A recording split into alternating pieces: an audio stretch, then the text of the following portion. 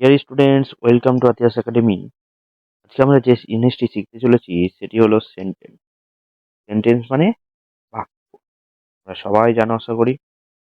এবার সেন্টেন্স কত প্রকার, কি কি, কেমন করে কি কাজ হয়, আমরা সমস্ত কিছু আজকে এই ভিডিও দ্বারা জেনে যাব। চলো দেখা যাক। সেন্টেন্সের সংজ্ঞা। সেন্টেন্স কাকে বলে? দুই বা ততোধিক শব্দ সমষ্টি একত্রে মিলিত হয়ে বক্তার মনের ভাব সম্পূর্ণরূপে প্রকাশ করলে সেন্টেন্স বা বাক্য বলে। মানে দুই বা তার বেশি শব্দ যখন পাশাপাশি বসে এবং মনের ভাব সম্পূর্ণ রূপে প্রকাশ করে, তখন তাকে সেন্টেন্স বলে। ঠিক আছে, চলো একটা এক্সাম্পল দেখে নিই। Example: Sina eats pizza. Sina eats pizza. Pizza খায়। এখানে একটা মনের ভাব প্রকাশ করলো যে হ্যাঁ খাচ্ছে, না খাচ্ছে, কি খাচ্ছে? পিৎজা। যে প্লে ফুটবল, তারা ফুটবল খেলে, তাদের ফুটবল খেলার এখানে মনের ভাব প্রকাশ করলো। Rahul loves to travel. Rahul ভ্রমণ করতে পছন্দ করে। কি করতে? ভ্রমণ মানে ঘোরা, ঘুরতে। এরপরে আমরা দেখে নেব সেন্টেন্সের পার্ট। সেন্টেন্সের পার্ট, পার্ট মানে অংশ। সেন্টেন্সের কটি অংশ থাকে একটি সেন্টেন্সে বা একটি বাক্যে? এই সেন্টেন্সে বা বাক্যে দুটি অংশ থাকে। কটি? দুটি। There are two parts of a sentence. First is subject, second is predicate. Subject কি এবং প্রেডিকেট।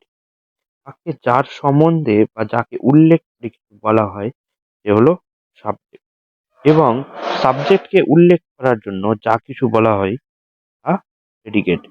তার মানে যার সম্বন্ধে আমি বলছি, যাকে উল্লেখ করে বলছি সে সাবজেক্ট, এবং সে উল্লেখ করার জন্য আমি যা কিছু বললাম সমস্তটাই প্রেডিকেট। কারণ দেখে নেবো আমরা। Raja wants, Raja want to be a singer. Raja গায়ক হতে চায়। কি? রাজা। এ হলো সাবজেক্ট এবং বাকিগুলো হলো প্রেডিকেট। এটা হলো আমাদের সাবজেক্ট এবং বাকিগুলো প্রেডিকেট। ঠিক আছে। Nasim is a pharmacist. Nasim, এটা হলো সাবজেক্ট, এটা সাবজেক্ট, এবং ইজ আ ফার্মাসিস্ট হয়ে গেল প্রেডিকেট। ঠিক আছে। শ্যাম ওয়েন্ট টু কলকাতা। শ্যাম কলকাতা গিয়েছিল। কে? শ্যাম। শ্যাম হলো সাবজেক্ট এবং ওয়েন্ট টু কলকাতা হয়ে গেল প্রেডিকেট। ঠিক আছে। Next, types of sentence. জিনিসটা খুব ভাইটাল জিনিস এবং অনেকে ভুল করে ফেলে এখানে। প্রথমে আমরা সেন্টেন্সকে দুটো ভাগে ভাগ করেছি এখানে। কত ভাগে? দুই। কেন? সেটা বুঝতে পারবে। মিনিং বেস সেন্টেন্স বা ফাংশন বেস সেন্টেন্স, যাকে বলবো আমরা অর্থগত বাক্য বা কাজের ভিত্তিতে। ঠিক আছে, কার্যগত অর্থগত বাক্য। এবং আরেকটা হচ্ছে স্ট্রাকচার বেস সেন্টেন্স, মানে গঠনগত বাক্য। গঠনগত। স্যার এখানে তো ভুল হলো না। দেখো, আমাদের মিনিং বা ফাংশন বেসড মিনস আমাদের অর্থগত বাক্য। অর্থগত বাক্য থেকে 5 ভাগে ভাগ করা হয়। কত ভাগে? 5 ভাগে। কি? Assertive sentence, interrogative sentence, imperative sentence, active sentence, exclamatory sentence. 5 ভাগে মিনিং বেসড অর্থাৎ আমাদের অর্থগত বাক্যকে ভাগ করা হয়। অ্যাসার্টিভ সেন্টেন্সটা কি জিনিস? যে সেন্টেন্স দ্বারা কোনো কিছুর বর্ণনা বা বিবৃতি প্রকাশ করে, কোনো কিছু বর্ণনা করে, কে অ্যাসার্টিভ সেন্টেন্স বলে। ঠিক আছে। যেমন হি রিডস দ্য বুক। সে বই পড়ে, বইটি পড়ে। Everyone should read this poem. সবার উচিত কবিতাটি পড়া। প্রত্যেকের কবিতাটি পড়া উচিত। তাহলে এখানে সাধারণভাবে একটা বাক্য বললো, করলো বর্ণনা করলো। বর্ণনা করা আর সাধারণভাবে কিছু বলা, সেটা হলো অ্যাসার্টিভ সেন্টেন্স। এবার এই অ্যাসার্টিভ সেন্টেন্সে আমরা দেখতে পাবো যে শুরুটা হবে সাবজেক্ট দিয়ে। ঠিক আছে। এবং যে শেষ হবে এটা হচ্ছে শুরু। ঠিক আছে। শুরু সবসময় সাবজেক্ট দিয়ে হবে এবং শেষ হবে ফুল স্টপ দিয়ে। দিয়ে ফুল স্টপ। ওকে, ফুল স্টপ। Next, interrogative. যে সেন্টেন্স দ্বারা কোনো প্রশ্ন করা হয় বা কিছু জিজ্ঞাসা করা হয় তাকে ইন্টারোগেটিভ সেন্টেন্স বলে। যেটা বাংলা আমরা পাবো প্রশ্নবোধক, প্রশ্নবোধক বাক্য। কিছু প্রশ্ন করা হবে। যেমন do you need some money? What is your address? Do you need some money? তোমার কি কিছু অর্থের প্রয়োজন? What is your address? তোমার ঠিকানা কি? এগুলো প্রশ্ন করা হলো। এবং এ খুব সহজ এটা। প্রথমে WH ওয়ার্ড থাকবে শুরুতে, বা অক্সিলারি ভার্ব দিয়ে শুরু হবে। Auxiliary verb. এবং শেষে কিন্তু কোয়েশ্চেন মার্ক থাকবেই। কোয়েশ্চেন মার্ক থাকবেই থাকবে এই সেন্টেন্সে। আমাদের খুব চেনা খুব সহজ হয়ে যাবে কোয়েশ্চেন মার্ক দেখে।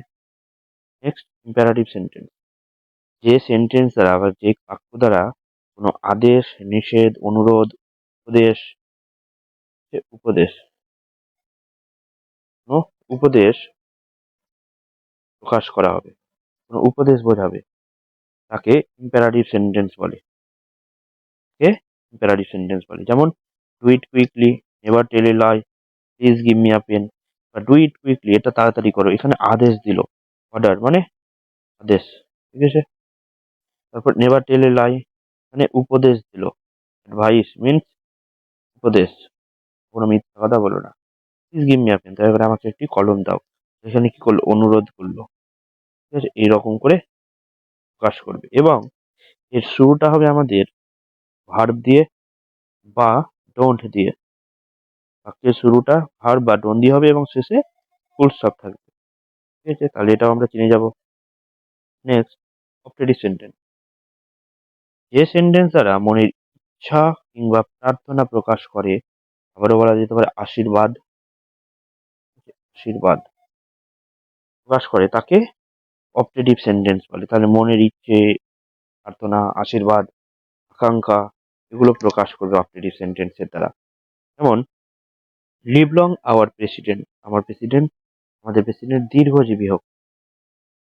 মে you be happy in your future life, তুমি তোমার ভবিষ্যৎ জীবনে সুখী হও। তাহলে এগুলো একটা আশীর্বাদ বলতে পারি বা প্রার্থনা বলতে পারি। তাহলে এটা হলো optative sentence. Next exclamatory sentence, exclamatory sentence মানে বিস্ময় সূচক বাক্য, বিস্ময়বোধক বাক্য। এক্সক্লেমেটরি সেন্টেন্স হঠাৎ আকস্মিকভাবে মনের কোনো পরিবর্তন, ঠিক আছে, মনের কোনো পরিবর্তন যেমন হর্ষ, বিষাদ, আনন্দ, আবেগ, বিস্ময় প্রকাশ করে। হঠাৎ করে মনে কোনো আবেগ এলো, এটা হতে পারে রাগ, হতে পারে আমাদের আনন্দ, হতে পারে হর্ষ, ঠিক আছে। তো সেটা হবে হঠাৎ করে যখন আসবে তখন হবে সেটা এক্সক্লেমেটরি সেন্টেন্স। যেমন hurray, we have won the game, hurray আমরা খেলাটি জিতেছি। হুররে, যে হঠাৎ করে জিতলো, আগে থেকে জানি না যে জিতবে, হঠাৎ করে জিতলো, জিতার সময় বলে হলো হুররে, আমরা জিতে গেছি। তাহলে এই শব্দটা আমাদের বলেছিলাম আমরা ইন্টারজেকশন। এবং এক্সক্লেমেটরি সেন্টেন্সের আমাদের বিস্ময়সূচক বিস্ময়বোধক আমাদের এক্সক্লেমেটরি মার্ক, এক্সক্লেমেটরি মার্ক থাকবে। এটা হচ্ছে এক্সক্লেমেটরি মার্ক, যেটা বাক্যে দেখতে পারি।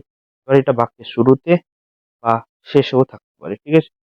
বাক্যের শুরুতে হলে তো আমাদের কি হবে, যে শব্দটা থাকবে ইন্টারজেকশন শব্দটা সে শব্দের পরে হবে, ঠিক আছে? এবার সমস্ত জায়গায় এটা থাকবে তা নয়। হট এ সাইট,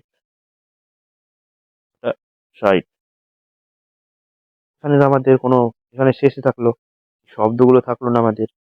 এক্সক্লেমেটরি সেন্টেন্সে হঠাৎ করে মনের মধ্যে কোনো পরিবর্তন আসবে, কোনো আবেগ আসবে, কোনো আহ, বিস্ময় প্রকাশ হবে, এটাই হবে এক্সক্লেমেটরি সেন্টেন্স, ঠিক আছে। তো এবার আমরা চলে যাই স্ট্রাকচার বেস সেন্টেন্সের দিকে। স্ট্রাকচার বেস সেন্টেন্স মানে গঠনগত বাক্য, একটু আগে দেখলাম আমরা গঠনগত বাক্য।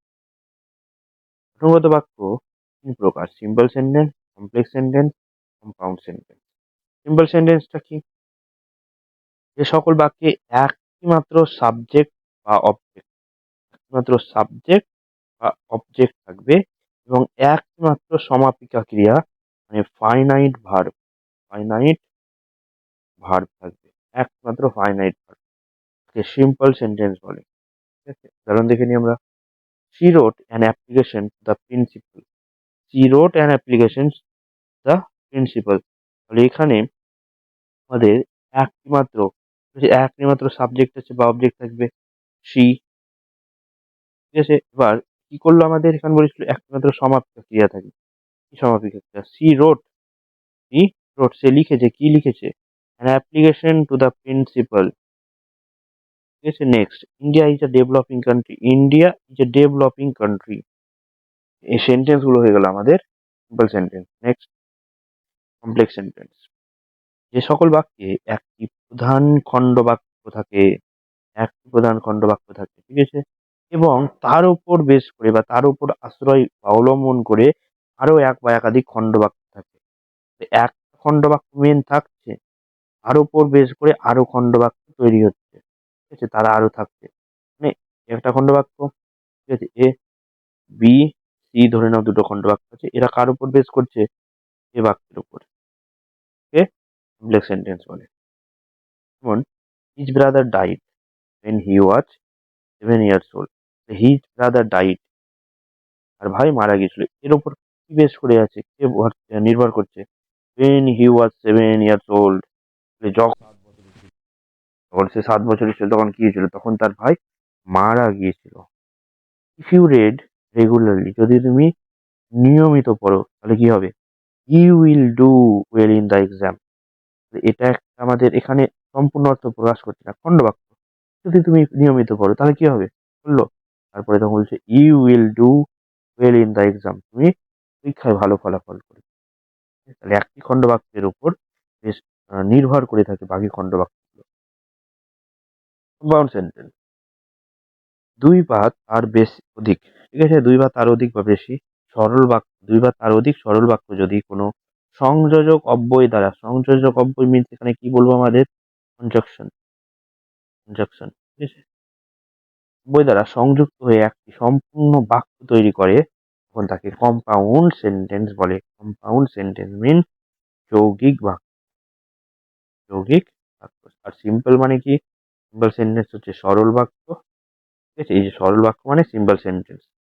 আর কমপ্লেক্স সেন্টেন্স জটিল বাক্য, অবশ্যই জানো তোমরা হয়তো।